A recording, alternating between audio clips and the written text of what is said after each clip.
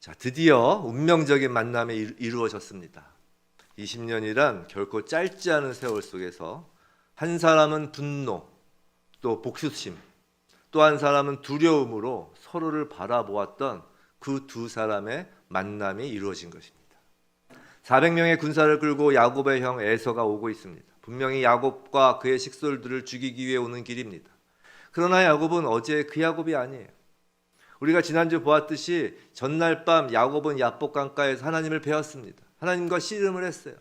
두려움과 번민으로 홀로 떨고 있을 때 하나님께서 친히 야곱의 인생 속으로 들어오셨습니다. 오늘 본문 33장 직전을 보면 32장 30절에 이런 말씀이 있어요. 32장 30절 성경을 펼치시고 보면 그러므로 야곱이 그곳의 이름을 브니엘이라 하였으니 그가 이르기를 내가 하나님과 태면하여 보았으나 내 생명이 보전되었다 함이더라. 자, 야곱은 하나님과 대면하였다고 합니다. 브니엘, 하나님의 얼굴이란 뜻이에요. 이 대면하다라는 히브리어의 원뜻을 보면 야곱의 얼굴과 하나님의 얼굴 사이에 아무런 가림막이 없다는 뜻이에요. 아무런 가림막 없이 서로를 대면한 것입니다. 하나님의 얼굴을 본 야곱에겐 그날이 새날이 시작된 것입니다. 32장 31절 바로 다음 절을 보면 그가 브니엘을 지날 때 해가 돋았고 라고 해요. 해가 돋았고. 자, 해가 돋았다라는 것은 시간적으로 아침이 밝았다라는 것이기도 하지만 새로운 인생이 시작되었다는 그 상징적인 표현이기도 합니다. 야곱의 이름을 하나님께서 이스라엘로 바꾸어 주신 첫날이 시작된 것입니다. 물론 아직 이스라엘은 완성되지 않았습니다. 아직 이스라엘이란 이름에 완전하게 걸맞는 야곱도 아닙니다. 하지만 첫걸음을 뗀 것입니다. 성도 여러분, 이 첫걸음을 떼는 것이 매우 중요합니다. 우리가 주일날 이렇게 예배로 한 주를 시작하는 건 첫걸음을 떼는 것입니다. 한 주 동안 우리의 삶이 그리스도인으로서 걸맞지 않은 삶을 살아갈 수도 있지만 첫걸음을 떼는 그 새날이 오늘 시작된 것입니다. 할렐루야. 이전의 야곱과는 다른 모습을 보여주는 것이에요. 자, 본문을 한번 보겠습니다. 33장 1절 2절이에요. 1절 2절 제가 한번 읽어볼게요. 야곱이 눈을 들어보니 에서가 400명의 장정을 거느리고 오고 있는지라 그의 자식들을 나누어 레아와 라헬과 두 여종에게 맡기고 2절 여종들과 그들의 자식들은 앞에 두고 레아와 그의 자식들은 다음에 두고 라헬과 요셉은 뒤에 두고 이렇게 있어요. 자, 야곱은 400명의 장정들을 거느리고 오는 에서를 보고 자신의 가족들 행렬을 이제 재정비 이렇게 막 하는 거예요. 맨 앞에는 누가 있어요? 여종들과 그 레아와 라헬의 두 여종도 아이를 낳았죠. 둘씩. 그러니까 4명이에요. 아이들은 여종들에게서 낳은 자식들. 그러니까 여종 둘, 여종들에서 낳은 자식 넷을 맨 앞에 둡니다. 그 다음에는 부인 레아로부터 낳은 자식들. 그리고 맨 마지막엔 라헬과 요셉이 야곱이 제일 사랑했던 라헬이죠. 라헬과 그 아들 요셉. 요셉이 제일 어리죠. 요셉을 둡니다. 분명 이런 배열은 야곱이 여전히 인간적인 생각을 버리지 못하였음을 보여주는 장면이죠. 혹시 에서가 칼을 빼어 가족들을 죽일 경우 자신에게 가장 소중한 사람들일수록 칼로부터 멀리 떨어지게 하려는 생각입니다. 자, 그럼에도 불구하고 이전에 야곱과 달라진 것이 있어요. 그게 3절입니다. 3절. 자기는 그들 앞에서 나아가되 라고 해요. 자기는 그들 앞에서 나아가되. 자, 이전에 야곱은 언제나 행렬의 맨 뒤에 있었던 사람입니다. 야복강을 건널 때도 가족들을 모두 건네보내고 자신만 뒤에서 홀로 남아있던 자였어요. 그러나 이제 야곱은 어제의 야곱이 아니죠. 새날이 시작된 야곱입니다. 가장 앞에 나아가는 거예요. 홀로 야복강가에서 두려움에 떨던 모습과는 사뭇 다릅니다. 그 두려움은 그 전날 해결이 된 거예요. 그런데 이후 야곱의 행동이 좀 우리의 고개를 갸웃하게 합니다. 3절 이후에 뭐라고 돼 있어요? 3절 몸을 7번 땅에 굽히며 그의 형 에서에게 가까이 가니라고 하는 거예요. 몸을 7번 땅에 굽히는 거예요. 그래서 굽히다로 번역된 히브리어는 샤 말 그대로 샤 엎드리는 겁니다. 샤. 이는 그저 약간 머리를 이렇게 숙이고 절하는 것이 아니라 머리와 무를 완전히 땅에 이제 대고 납작 엎드리는 것입니다. 우리 그 캐톨릭 천주교 보면 그 신부들 서품 받을 때 그런 거 있죠. 쫙 엎드리는 거. 그거예요. 우리 뭐 그런 거 하잖아요. 오체투지라고 하나요? 그렇게 하면 완전히 절하고 하는 거. 그런 겁니다. 한번 생각해 보세요. 분명 하나님께서 함께 도우시고 함께 싸워주셔서 사람들에게 승리하게 하여 주신다라는 뜻을 가진 이스라엘이라는 이름이라고 했죠. 이스라엘이라는 이름의 뜻이 하나님께서 도와주셔서 싸우셔서 승리하게 하여 주신다라는 이름이라고 저번 주에 말씀드렸는데 그 이름을 가졌는데 이제 야곱은 그렇다면 당당하게 이제 형 에서 앞에 고개 빳빳하게 들고 나가야 맞는 것 아닐까요? 하나님이 싸워 주신다잖아요. 하나님 도와주신다잖아요. 뭐 두려울 게 뭐가 있어요? 근데 그렇게 하지 않는 것입니다. 막 고개 빳빳하게 들고 나가는 게 아닌 거예요. 왜 그럴까요? 야곱에게 다시 두려움이 밀려와서 그런 것일까요? 그게 아닙니다. 두려움은 전날 밤 해결되었습니다. 오늘 이 장면은 변화된 야곱이 보여주는 그 변화된 모습, 즉 회개와 용서를 구하는 모습인 거예요. 야곱이 아버지 이삭을 속여 장자의 축복권을 가로챈 것은 분명 옳지 않은 일이었습니다. 에서의 입장에서는 억울하고 분통이 터질 일입니다. 이 장자권이라는 것은 그때도 말씀드렸지만 그 당시 시대에서는 가문의 전부를 갖는 것입니다. 그 라헬이 르비딤 훔칠 때 말씀드렸죠. 그 전부를 갖는 거예요. 장자권은. 재물뿐만 아니라 그 가장으로서의 통치권도 갖습니다. 생사여탈권을 갖는 거예요. 그것을 동생에게 빼앗긴 에서의 분노는 사실 쉽게 사그러질 것이 아닌 것이 맞습니다. 야곱은 형 에서에게 솔직히 자신의 잘못을 인정하고 자기가 속인 것을 인정하고 자신이 가로챈 가장권인 그 통치권과 그 축복을 돌려주는 일을 오늘 시행하고 있는 거예요. 먼저 가문의 통치권을 돌려주는 것의 상징으로 몸을 7번 땅에 굽힙니다. 이 몸을 7번 땅을 굽히는 건 그 당시 근동 지방에서 주종 관계를 맺을 때 하는 그 방식인 거예요. 그 종주국의 국왕이 그 자기 봉신 그 자기 주군한테 하는 그 양식입니다. 그것을 지금 야곱이 하는 거예요. 야곱은 에서에게 몸을 굽힘으로써 장자로서의 그 가문의 통치권을 에서에게 돌려주고 있는 것입니다. 또한 재물을 에서에게 바칩니다. 오늘 본문 중에 9절에서 11절을 한번 보면 우리 한번 읽어볼까요? 9절에서 11절 함께 읽겠습니다. 시작. 에서가 이르되 내 동생아 내게 있는 것이 족하니 내 소유는 내게 두라. 야곱이 이르되 그렇지 아니하니이다. 내가 형님의 눈앞에서 은혜를 입었사오면 청하건대 내 손에서 이 예물을 받으소서. 내가 형님의 얼굴을 배운즉 하나님의 얼굴을 본 것 같사오며 형님도 나를 기뻐하심이니이다. 11절 하나님이 내게 은혜를 베푸셨고 내 소유도 족하오니 청하건대 내가 형님께 드리는 예물을 받으소서 하고 그에게 강권함에 받으니라 라고요. 에서는 야곱이 이제 지금까지 앞서 보낸 예물과 지금 또 주려고 하는 그 예물을 받지 않겠다고 합니다. 하지만 야곱은 굳이 계속하여 에서에게 예물을 받으라고 강권합니다. 혹자는 야곱이 그 에서의 변덕스러움을 염려해서 예물을 에서에게 떠안겼다고 해석하기도 합니다. 근데 좀 이상해요. 그렇게 해석하면 예물을 받아도 변덕스러운 에서가 갑자기 죽이고 싶으면 예물 받아도 죽이면 죽이는 거죠. 예서 내용은 그런 것이 아닙니다. 여기서 나오는 예물이라는 단어는 축복이라는 단어로도 해석이 되는 거예요. 그 뜻도 가지고 있습니다. 당시 시대에는 축복을 상징하는 것이 곧 재물이었습니다. 지금 야곱은 자신이 가로챈 그 에서의 가장권으로서의 그 축복권, 그것을 온전히 되돌려 놓으려고 하는 것입니다. 하나님을 만난 야곱은 더 이상 자신이 속여서 가로챈 가장으로서의 통치권, 축복권에 연연하지 않는 것입니다. 하나님의 얼굴을 뵙고도 살아났다고 고백한 야곱입니다. 하나님의 얼굴을 대면한 사람은 이 땅의 가장권이 문제가 더 이상 되지 않는 것입니다. 그보다 더 큰 하나님의 통치를 받는 자로 변화되었기 때문인 것이에요. 하나님의 통치를 받는 자로 변화된 야곱이 보여준 모습은 다름 아닌 회개와 용서를 구하는 모습인 것입니다. 그것이 돌려놓는 거예요.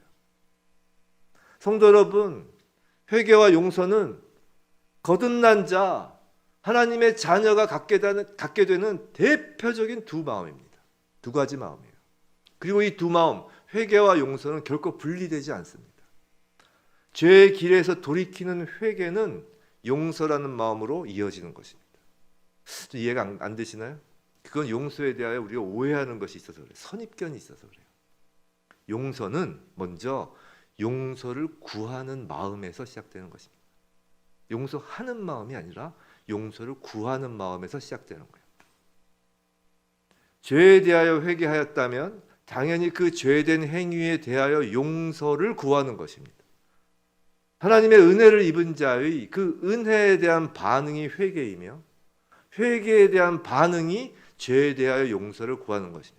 다시요. 은혜에 대한 반응이 회개예요. 우리가 회개하는 건 하나님께 은혜를 받은 것에 대한 반응으로 회개합니다. 하나님께 방향을 돌리는 거예요. 그 회개에 대한 반응, 하나님께 방향을 정말 제대로 돌렸다면 그 다음엔 죄에 대하여 용서를 구하는 거예요. 그 반응으로. 마찬가지로 누군가 용서를 구하는 것에 대하여 내가 이제 용서를 하는 건 역시 하나님으로부터 용서받은 은혜를 입은 자의 반응이죠. 자, 우리는 보통 용서라고 하면 내가 용서를 하여야 하는 입장에서 먼저 생각하기 쉽지만 사실 용서에서 중요한 것은 내가 용서를 구하여야 하는 사람이라는 것을 인정하는 것입니다. 한번 생각해 보세요. 하나님을 만나면 제일 먼저 무엇을 깨닫게 되나요? 아, 내가 죄인이구나. 이것이 첫 반응입니다. 그것을 깨닫습니다. 그리고 나서 무엇을 하나요? 하나님께 용서를 구합니다. 그럼 하나님은 독생자 예수의 그 대속 희생에 터잡아 우리를 용서하심을 알려주시죠. 그것이 모두 뭐라고요? 하나님의 은혜인 거예요. 은혜. 근데 그런 하나님 앞에서의 회개와 용서라는 우리의 마음, 하나님의 은혜가 그저 교회 안에서 그치는 것일까요? 그렇지 않다는 거예요. 우리의 실제 삶 속에서 나타나야 하는 것입니다. 그것이 하나님 나라가 이 땅에 이루어지는 모습이고 오늘 야곱과 에서의 만남 장면에서 그것을 보여주고 있는 거예요. 자신의 잘못을 매우 구체적으로 돌이키는 야곱의 모습이 바로 그것입니다. 여기엔 자존심이란 단어도 들어가 있지 않고요. 여기에선 어떤 겉치장이 들어가 있는 것이 아닙니다. 매우 구체적으로 회개와 용서의 행위를 하는 거예요. 그럼 에서의 모습에서는 또 무엇을 찾을 수 있을까요? 4절입니다. 4절. 우리 4절 위로 올라가서 함께 읽어볼까요? 시작. 에서가 달려와서 그를 맞이하여 안고 목을 어긋 맞추어 그와 입 맞추고 서로 운이라. 서로 운이라.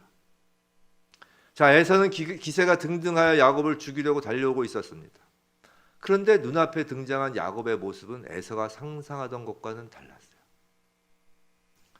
한번 우리가 이제 에서가 돼서 에서 입장에서 한번 야곱의 모습을 한번 바라보기 바랍니다. 어쨌든 자신의 쌍둥이 동생이에요.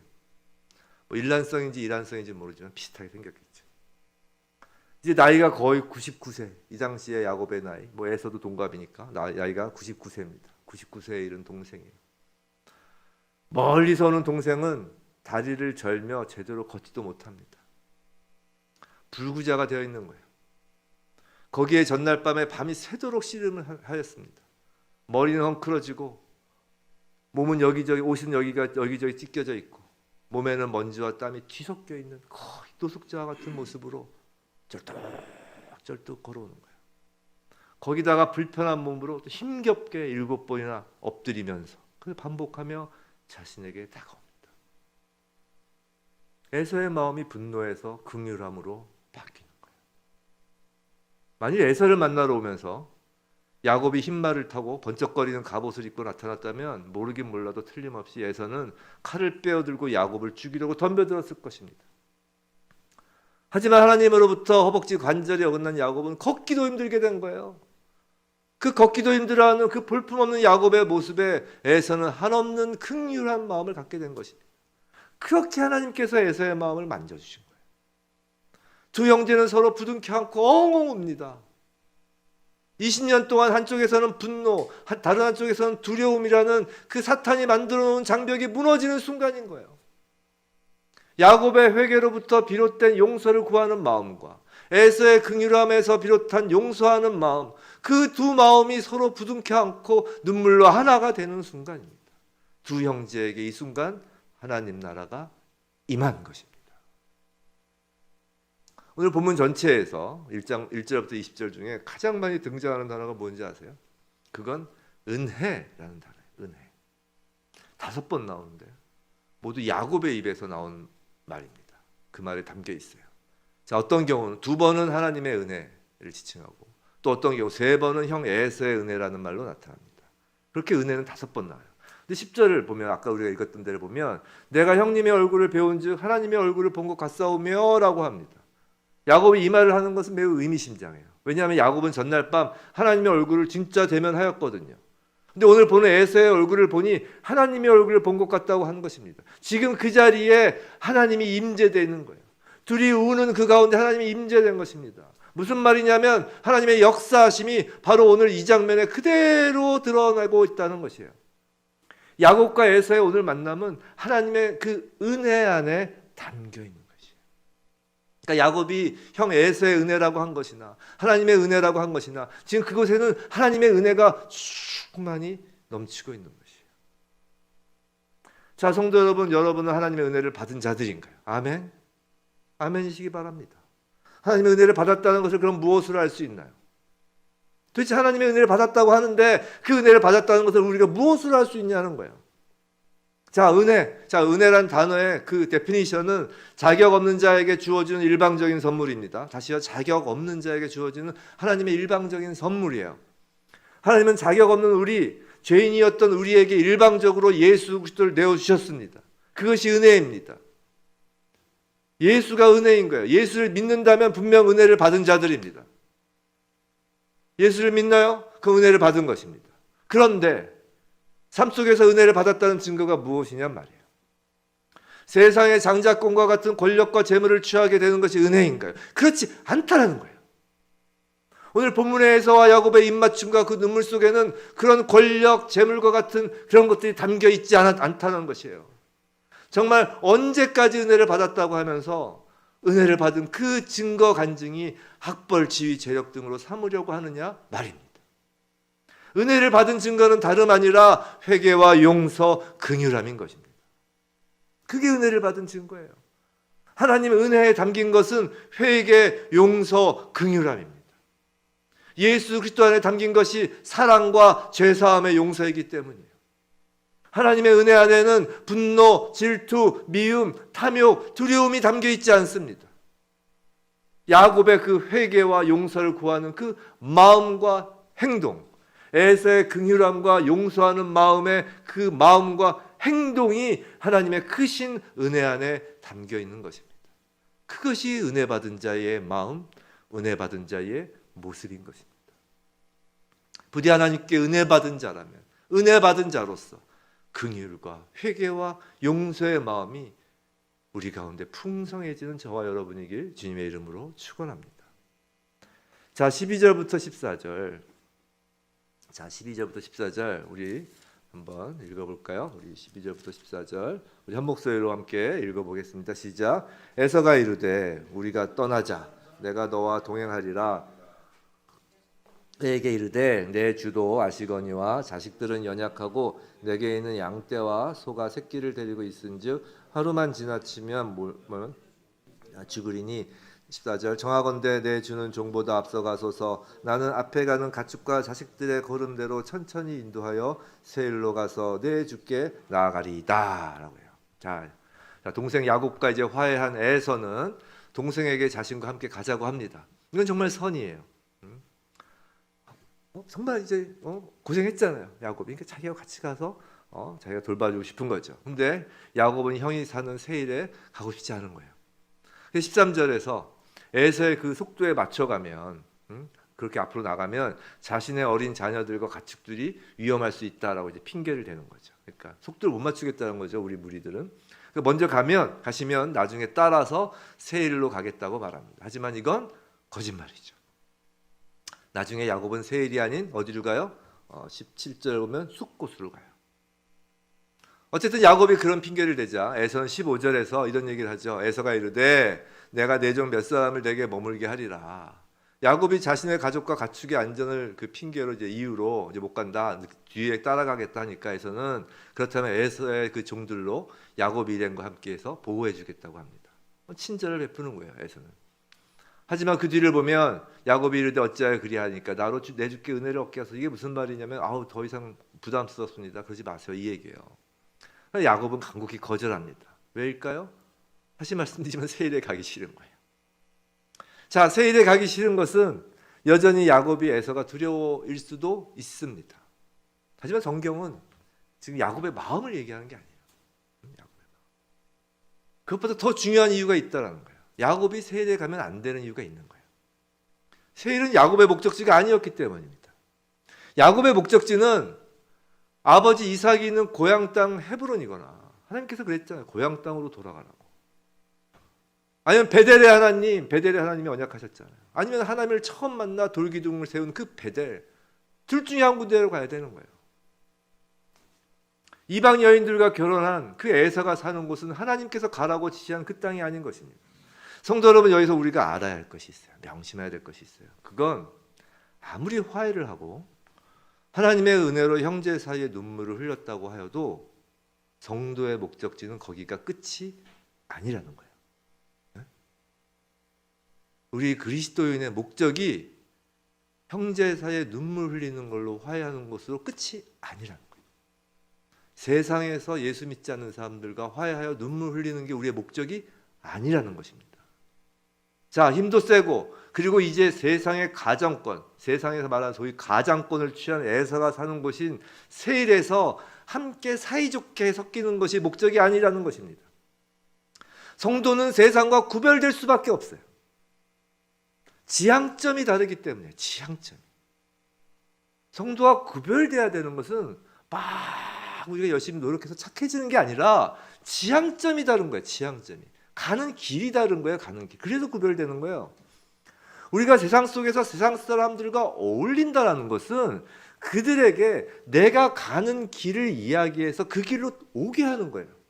즉 하나님의 은혜인 예수를 전하고 복음을 전하기 위해서 그들과 어울리는 것이지, 그들과 같은 길을 걷고 그들과 같아지기 위함이 아니라는 것을 명심해야 하는 것입니다. 세일로 따라가서는 안 되는 거예요. 야곱이 세일로 에서를 따라가지 않은 것까지는, 여기까지는 야곱이 좋았습니다. 그런데 아이러니컬하게도 야곱은 헤브론으로 가지 않아요.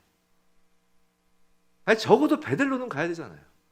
그런데 야곱은 전혀 엉뚱한 곳으로 갑니다. 아니, 전혀 엉뚱하진 않아요. 비슷하지만 다른 곳으로 가요. 자, 그렇게 하나님과 씨름까지 하고 하나님의 은혜로 일생 최대의 위기를 넘기고 생명을 건졌음에도 불구하고 야곱은 여전히 옛날 야곱스러움을 완전히 벗지 못한 겁니다. 뭐가 같나요? 마치 우리가 예수를 믿고 예수를 주님이라고 고백하면서도 온전히 주님께 순종하지 못하고 옛 모습을 버리지 못하는 것처럼 말이죠. 우리의 모습이에요. 자, 또 다른 인간적인 생각이 야곱 안에서 스멀스멀 올라오는 것입니다. 16절, 17절이에요. 이날에 에서는 세일로 돌아가고 에서는 돌아갔어요. 자, 17절 우리 한번 읽어볼까요? 시작. 야곱은 숫곳에 이르러 자기를 위하여 집을 짓고 그의 가축을 위하여 우리간을 지었으므로 그 땅 이름을 숫곳이라 부르더라.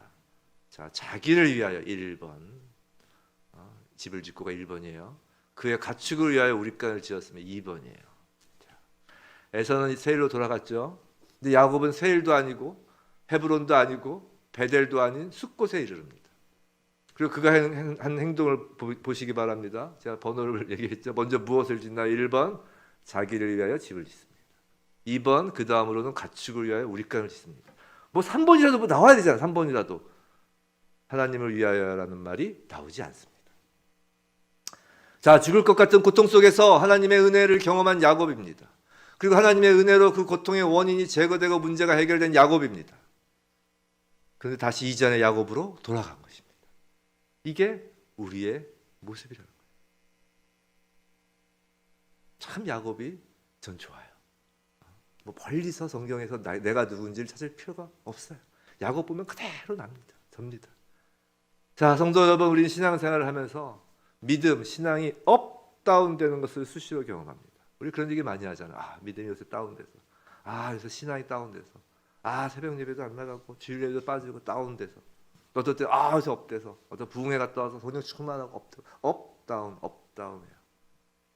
근데 그건 하나님의 은혜를 경험하고 경험하지 못하고 그래서 그런 것이 아닙니다. 그건 하나님의 은혜, 그 경험한 은혜를 잊어버리기 때문이에요. 야곱은 제일 먼저 하나님의 은혜에 감사해야 했습니다. 그러나 문제가 해결되자 금방 잊어버립니다. 감사란 기억하는 것이라고 하였죠. 이제 제가 하도 얘기하니까 이제 그건 이제 바뀌었을 거예요. 감사는 기억하는 것을 기초로 해요. 하나님의 은혜는 일회성으로 끝나는 것이 아니라 우리의 감사를 통해 영혼까지 계속되는 것이에요. 자, 누가복음 17장에 이런 말씀이 있어요. 누가복음 17장 우리 한번 찾아볼까요? 찾아보고 성경에 이런 말씀이 있구나 한번 찾아보는 게 좋고. 누가복음 17장 11절로 갑니다. 누가복음 17장 11절 신약이에요. 신약 124면에 있어요. 누가복음 17장 11절부터 19절까지죠. 예수님이 10명의 나병 환자를 고치는 장면이에요. 우리 한번 한 목소리 읽어볼까요? 시작. 예수께서 예루살렘으로 가실 때 사마리아와 갈릴리 사이로 지나가시다가 한 마을에 들어가시니 나병 환자 10명이 예수를 만나 멀리 서서 소리를 높여 이르되 예수 선생님이여 우리를 불쌍히 여기소서 하거늘 보시고 이르시되 가서 제사장들에게 너희 몸을 보이라 하셨더니 그들이 가다가 깨끗함을 받은지라. 그 중에 한 사람이 자기가 나은 것을 보고 큰 소리로 하나님께 영광을 돌리며 돌아와 예수의 발 아래 엎드려 감사하니 그는 사마리아 사람이라. 예수께서 대답하여 이르시되 10사람이 다 깨끗함을 받지 아니하였느냐? 그 9은 어디 있느냐? 이 이방인 외에는 하나님께 영광을 돌리러 돌아온 자가 없느냐 하시고 그에게 이르시되 일어나 가라 내 믿음이 너를 구원하였느니라 하시더라. 유명한 말씀이시죠. 자, 10사람 중에 한 사람만이 예수께 돌아와 뭐 했다고요? 엎드려 감사를 표합니다. 나머지 9명은 고쳐졌다고 신나서 제사장에게 몸을 보이러 그냥 갈 뿐이에요. 그런 한 사람을 향해 예수께서 뭐라고 하셨나요? 19절 맨 마지막 내 믿음이 너를 구원하였다라고 하십니다. 성도 여러분, 감사가 곧 믿음의 통로인 거예요. 감사가 곧 믿음인 거예요. 우리 믿음이 무엇으로 보여지나요? 감사로 보여지는 거예요. 자, 믿음이란 것은 한 번의 믿음으로 끝나는 과거형이 아닙니다. 감사를 통해 믿음은 현재 진행형이 되는 것이에요. 믿음은 감사라는 일종의 마차를 타고 천국까지 달려가는 것입니다. 한 번의 믿음으로 끝나는 것이 아니에요. 감사를 타고 계속 현재형으로 가는 것입니다. 그리고 그렇게 감사하는 모습이 하나님 은혜 안에 계속 거하는 자의 모습인 거예요. 야곱이 하나님의 은혜를 잊지 않고 감사하였다면 나병에서 고침받은 한 사람이 예수께 달려간 것처럼 즉시 달려간 것처럼 그 자리에서 바로 베델로 달려가야 했습니다.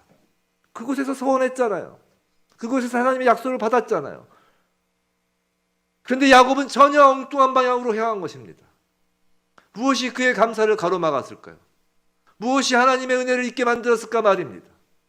무엇이 우리가 이 세상에서 살면서 하나님께 감사를 잊어버리게 하냔 말이에요. 야곱이 최종적으로 간 곳을 보면 그 답이 보입니다. 그 18절, 19절이에요. 야곱이 밧단에람에서부터 평안히 가나안 땅, 평안히 하나님께서 인도하셨는데 가나안 땅 세겜 성읍에 이르러 세겜 성읍으로 갑니다. 자, 세겜은 물이 풍부하고 땅이 비옥한 지역이에요. 그리고 성읍이라고요. 즉 오늘날로 치면 도시입니다. 돈벌이가 되는 곳이에요.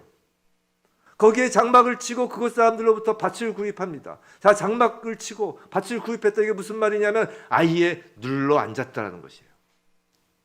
자, 야곱이 정말 감사하는 마음으로 두 손 들고 달려가야 했던 베델이라는 곳은 그럼 어떤 곳일까요? 창세기 28장에서 우리가 봤었죠. 야곱이 돌베개 비고 누워 사다리를 통해 천사가 오르락내리락 하던 것을 본 그 베델입니다. 그 베델은 길가였어요. 아무것도 없는 한적한 들판 길가였습니다. 자, 그럼 헤브론을 한번 생각해봐요. 아버지 이삭이 있는 헤브론에 가봐야 이미 에서가 다 가지고 갔을 것이 뻔하니 그곳에 야곱의 몫은 없습니다. 야곱은 지극히 계산적이고 인간적인 생각을 하는 거예요. 하나님이 가라고 한 땅이 어딘지보다 자신을 위한 집을 세우는 것이 중요해진 것이에요. 눈에 보이는 비옥한 곳 세겜에 자신의 집을, 자신의 장막을 세우려고 한 것입니다. 베델의 그 단어의 뜻이 무엇이었나요? 벳, 집, 엘, 하나님, 하나님의 집입니다. 야곱은 하나님의 집보다 자신의 집이 우선이었던 것입니다. 그래서 야곱은 은근슬쩍 베델에서 30km 크게 벗어난 것 같지 않죠? 30km 벗어난 세겜으로 방향을 튼 것입니다. 근데 거기서 야곱은 제단을 또 쌓아요. 참, 우리하고 똑같아요. 여기 보면은 제단을 쌓아요. 20절 우리 한번 읽어볼까요? 거기에 제단을 쌓고 그 이름을 엘로헤 이스라엘이라 불렀더라. 자, 야곱은 장막 짓고 밭 사고 하면서 자신의 집을 위해 살 것 다 하고 나서 그 일을 다 하고 나서 그래도 하나님께 제사는 드려야 될 것 같은 거예요. 그러니까 그곳에 제단을 쌓습니다. 이름도 거창해요. 엘로헤 이스라엘, 엘로헤 이스라엘, 엘로헤 이스라엘. 자, 이거 어떻게 끊어 읽는다고요? 이렇게 일단 끊어요. 하나님이죠. 그다음에 엘로헤. 이건 엘로헤라는 뜻은 누구누구의 하나님들이란 뜻이에요. 복수해 붙어요. 그리고 이스라엘 이렇게 세 단어가 결합된 것입니다. 하나님이요, 이스라엘. 그러니까 이스라엘의 하나님, 이스라엘의 하나님이요. 뭐 그런 거죠. 근데 엘은 저번에 한번 말씀드린 것 같지만 영어로 God입니다. God. 우리가 대문자 God 할 때 이제 하나님이지만 소문자 God 신이에요. 신. 자, 가나안 지방에서 신을 부를 때도 엘이에요. 엘은 그냥 신을 뜻하는 거예요. 하나님 원래 이름이 없으시잖아요. 자, 가나안 지방에서 신을 부를 때 제사를 드리며 신을 찾을 때 하는 말이 뭐냐면 엘로헤인 거예요. 엘로헬 누구누구. 엘로헬 예를 들어서 홍길동. 엘로헬 홍길동 하면 홍길동을 위한 하나님, 홍길동을 위한 신이시여 신들이시여 이런 뜻이에요. 즉 그 당시 근동 지방에 행하여졌던 종교 행위에서 하는 말과 같았다는 거예요. 소위 홍길동을 위한 신, 홍길동의 소원을 들어주는 신들이시여라며 그저 이기적인 복만을 구하는 종교 행위에 사용되던 말인 거예요. 이방인들이 신을 구하는 이유처럼 지금 야곱은 나를 향한, 나를 위한 종교적 제단을 쌓는 것입니다. 자, 베델로 가지도 않고 자신의 집을 위해 할 것 다 하고 거기에 그래도 하나님께 받은 이름이라고 스스로를 이스라엘이라고 하면서 엘로헤 이스라엘이라고 신을 부르는 것이에요. 실체도 없고 온전한 순종도 없는 그저 그 또한 자기 자신을 위한 종교 행위에 불과한 것입니다. 다음 주에 볼 34장 말씀에서 나오는데 세겜에서 야곱은 이제 끔찍한 일을 당합니다. 사실 지금까지 야곱의 인생에서 끔찍한 일을 당한 적은 없어요. 사실 다 거기서 일하고 고생은 했지만 끔찍한 일을 당하지는 않았지만 이제 34장 세겜에선 끔찍한 일을 당해요. 그리고 34장에서 결국 하나님은 야곱을 베델까지 끌고 가세요. 야곱은 세겜에 머물렀지만 하나님은 그 야곱을 끌고 베델로 가십니다. 거기에 제단을 쌓으라고 말이죠. 35장 1절만 한번 볼까요? 35장 1절 다시 앞으로 쭉 돌아오셔서 35장 1절 34장 건너뛰고 35장 1절에 이런 말씀이 있어요. 우리 한번 읽어볼까요? 시작. 하나님이 야곱에게 이르시되 일어나 베델로 올라가서 거기 거주하며 내가 내 형 에서의 낯을 피하여 도망하던 때에 내게 나타났던 하나님께 거기서 제단을 쌓아라 하신지라. 하나님께서 나타나셔서 야곱이 살 곳과 제단을 쌓을 곳을 알려주시는 거예요.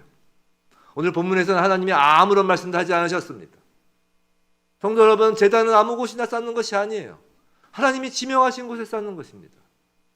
제단은 자기 자신을 위하여 쌓는 것이 아니에요. 우리의 예배는 우리 자신을 위한 것이 아니에요. 하나님께 영광을 드리고 감사와 찬양으로 제단을 쌓는 것입니다.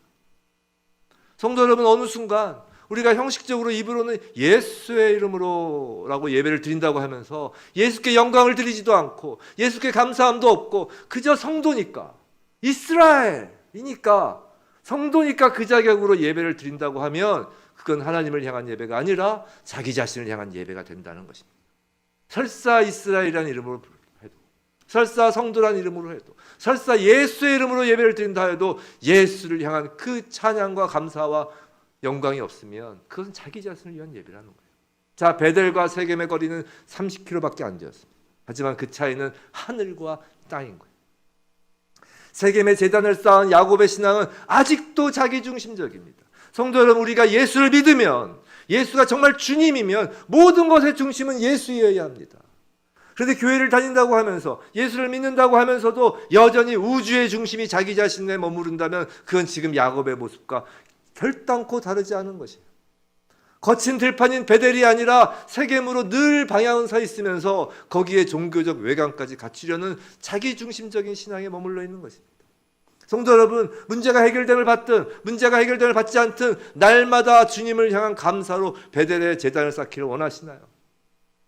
세상의 가장권, 그 권력과 재물이 없을지라도 오직 예수 그리스도의 십자가와 부활이 우리의 구원, 생명으로 이어진 것에 정말 감사하냔 말이에요. 날마다 비록 그곳이 거친 들판이라 하여도 베델로 향하기를 원하시나요? 아니면 그래도 풍성한 물과 비옥한 땅이 있는 세겜의 제단을 쌓기 원하시나요? 우리가 감사할 것이 정말 예수님의 거친 십자가인가요? 아니면 금은 보석으로 치장된 장식용 십자가인가요? 하나님의 은혜 안에 담긴 마음으로 마지막 마음은 감사의 마음인 거예요. 우리가 거친 십자가를 잡은 것을 감사하는 마음이에요. 이것이 하나님의 은혜 안에 담긴 마음입니다. 날마다 예수 그리스도의 그 거친 십자가를 기억하여 넘치는 그 감사의 마음이 베델에서 드려지는 우리의 제사인 거예요. 성도 여러분, 부디 우리에게 허락하신 이 한 주도 하나님의 은혜 안에 거하시길 바랍니다. 정말 하나님의 은혜 안에 거하시길 바라요. 그 하나님의 은혜 안에 거한다는 그 증거가 무엇입니까? 그것은 긍휼한 마음과 회개하고 용서를 구하고 용서하는 마음, 그 용서의 마음과 그리고 끊임없이 그 거친 십자가로 인하여 감사하는 마음, 그것이 하나님의 은혜입니다. 그 하나님의 은혜로 날마다 세겜이 아니라 베델에서 제단을 쌓는 저와 여러분이길 주님의 이름으로 축원합니다.